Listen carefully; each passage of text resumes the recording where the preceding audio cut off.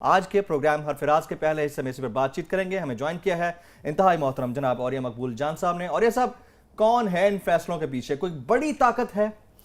देखिए, पहली बात तो यह है कि इराक और ईरान के फैसलों के बारे में मैं थोड़ा से वजाहत से बता दूं कि बड़ी हैरानी की बात होती है कि इराक की एक गवर्नमेंट है जिसको बनाया ही अमेरिका ने जी, जिसका आइन अमेरिका ने मुरतब किया, जिसकी तमाम फौज जो है उसको अमेरिका ने ट्रेंड किया, जिसको तमाम पैसा अमेरिका ने दिया, जिसके ऑयल के एग्रीमेंट्स जो अमेरिका के साथ चल रहे हैं, जिसने अमेरिका की बहस के ऊपर कम से कम 14 लाख मुसलमानों का कत्लेआम किया पूरे इराक के अंदर। राइट। स्टूज गवर्नमेंट, जिसे कहते हैं ना कासालेस गवर्नमेंट, झुकी हुई मरहून मिन्नत गवर्नमेंट। किसको धोखा दे रहे हो यार?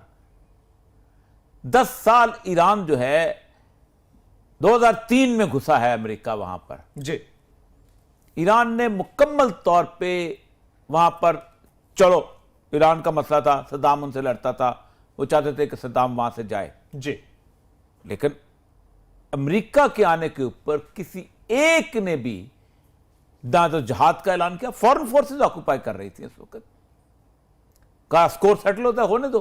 राइट। ठीक, अब रिसेंट एग्रीमेंट्स जो हुए हैं ईरान के, वो अमेरिका के साथ और बाकी आलमी दुनिया सबको मालूम है जी। तो ये तो मैं तो मानने को तैयार नहीं कि इराक का मसला जो अब एक बड़ा शानदार ड्रामा वहां हुआ। आज न्यूयॉर्क टाइम की स्टोरी भी है कि जितने लोग थे जो अमेरिका के साथ काम करते थे, जो 15-15 साल, 8-8 साल, 10 साल उनके ट्रांसलेटर के तौर पे, और ट्रांसलेटर से ट्रांसलेटर नहीं होते, जी जी, they are basically source of intelligence. Yes. हमने यहां देखा है अफगानिस्तान में जिससे तो अमेरिकन आए थे, तो अमेरिकन जो थे वो जहां के लोगों को रिक्रूट करते थे क्योंकि उनको लैंग्वेज का मसला होता था। राइट। फिर ट्राइब एक साथ होता था, यहाँ का चकरी वहां जाता था, यहाँ का बारकरी वहां जाता था, यहाँ का काकड़ वहां जाता था, वहां जाके उसके तल्लुकात होते थे, वो जहाँ के इंफॉर्मेशन भी लेके आता था, उनके कम्युनिकेशन भी करता था, बहुत सारे मल्टीपर्पज काम होते थे। राइट। क्योंकि पश्तो आती थी, साथ अंग्रेजी भी आती थी। इसी तरह इराक के अंदर, वो कल जो मैंने बात की थी दरवेश नामी बंदे की, वो जाहिर बात है उनका ट्रांसलेटर था, उसको रोका गया। फिर उसके बाद बाहर दुनिया इकट्ठी हो गई और क्या हम उसको लेके जाएंगे, लेके रहेंगे फलां, दे के रहेंगे फलां। और जब एक हसल बसल अमेरिका के अंदर इस वक्त ऐसा लगता है अमेरिका जो है पाकिस्तान के धरना टाइप चीज हो गई वहां पर। जी हाँ, जी हाँ।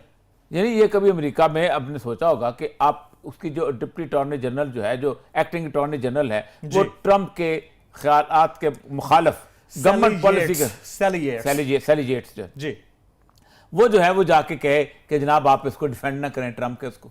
अच्छा, फिर सुप्रीम कोर्ट आगे बीच में मैदान में कूदी। ठीक है, सुप्रीम कोर्ट के पास तो एक राइट्स के, सिविल राइट्स की एक ऑर्गेनाइजेशन वहां चले गई। ये सारे का सारा अजीब व गरीब मखमसा बना हुआ है।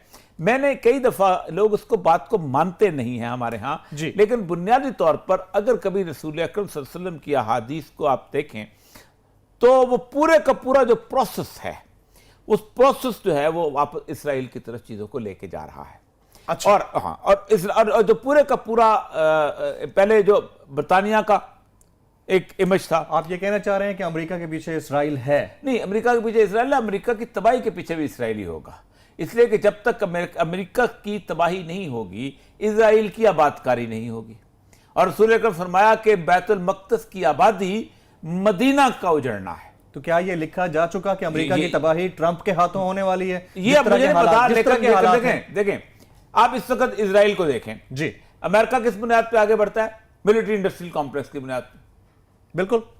लेकिन ये हकीकत दुनिया को अब शायद बिल्कुल इल्म नहीं है कि इस वक्त अमेरिका जो है वो इसराइल के बाद मिलिट्री इंडस्ट्रियल कॉम्प्लेक्स का बंदा बन चुका हुआ है। एग्जैक्टली, सबसे ज्यादा तो इसराइल के पास है। जी, अब देखें 1950 में 2 साल बाद जी, पहली दफा जब ताजर गए हैं इसराइल से, तो 3 चीजें बेचते थे वहां पर। राइट। नंबर 1 माल्टे, जी, हमसे माल्टे खरीद लो। जी। ब्राजील में माल्टे बेचने गए थे जो खुद बहुत मजेदार माल्टे बनाते राइट। मिट्टी के तेल के चूल्हे बनाते थे इसराइल में जी, मिट्टी के तेल।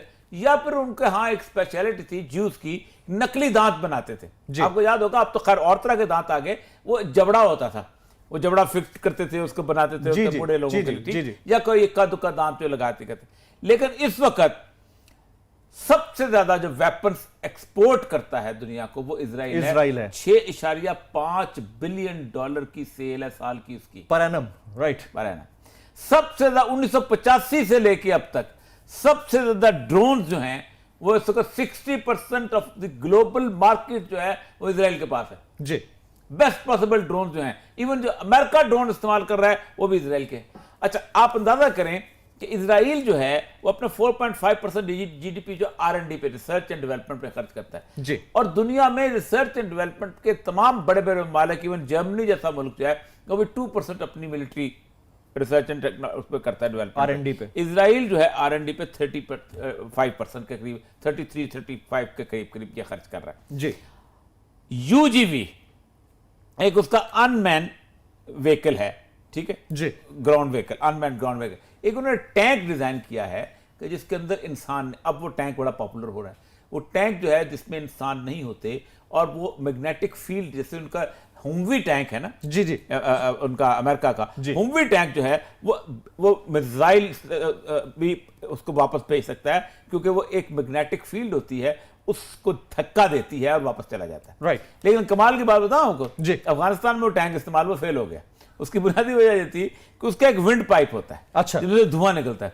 वो तालिबान ये करते थे कि एक बोतल में पेट्रोल डालते थे, वो पेट्रोल पाइप को बंद कर पाइप में डालते थे, वो धमाके से उड़ जाता था। अच्छा। तो जाहिर बात है हर चीज के अंदर कोई ना कोई चीज तो। इजराइल जो है, इजरायली लॉबी जो है, जी। इस उसके पीछे वजह ये है, रसूल अकरम सल्लल्लाहु अलैहि वसल्लम की एक हदीस है बड़ी कमाल। जी। आपने फरमाया दज्जाल का जो एक अरसा ऐसा होगा जी। जो 1 साल का एक दिन होगा, राइट, फिर 1 माह का और फिर रेगुलर दिन हो। अच्छा, दिन बड़े होंगे। नहीं, मतलब बेसिकली तशबीह दी गई है कि मतलब एक सेंचुरी के ऊपर उसका रूल। अब ये जो बरतानिया का इक़्तिदार था, जो बहुत बड़ा इक़्तिदार था, इस इक़्तिदार के अंदर वो बेसिकली वो जो मॉडर्न वेस्टर्न सिविलाइजेशन जो इस दज्जाली निज़ाम का खासा था उस पर हुक्मरानी हुई है, जिसे हम कह सकते हैं ब्रिटानिका जो है रूल करता था, तो ऑस्ट्रेलिया से लेकर कनाडा तक। दूसरा दौर उसका आया है अमेरिका है। अमेरिका जो है उसका 200 साल का इक़्तिदार है, बड़ा छोटा सा मुख्तसर सा इक़्तिदार है, ठीक है। अब ये है, अब देखें, मैं अभी हम इंशाल्लाह करेंगे ये जो क्रिप्टो अपना करेंसी है, जी जी, डिजिटल करेंसी है, इसके ऊपर जो उनका इख्तियार आ गया। अब ये है कि अब वो इस सारी ताकत को वापस ले जाना चाहते हैं, इजराइल शिफ्ट करना चाहते हैं। मिलिट्री इंडस्ट्रियल कॉम्प्लेक्स हो गया जी हाँ। बैंकिंग हेडक्वार्टर जाने हैं बस। अब बैंकिंग हेडक्वार्टर कब जा सकते हैं? अब इस वक्त आप देखें दुनिया की तमाम जितनी भी इंटरनेट के साथ रिलेटेड चीजें हैं, वो गूगल है या माइक्रोसॉफ्ट है, उन्होंने सबने कहा ट्रम्प साहब खुदा हाफिज।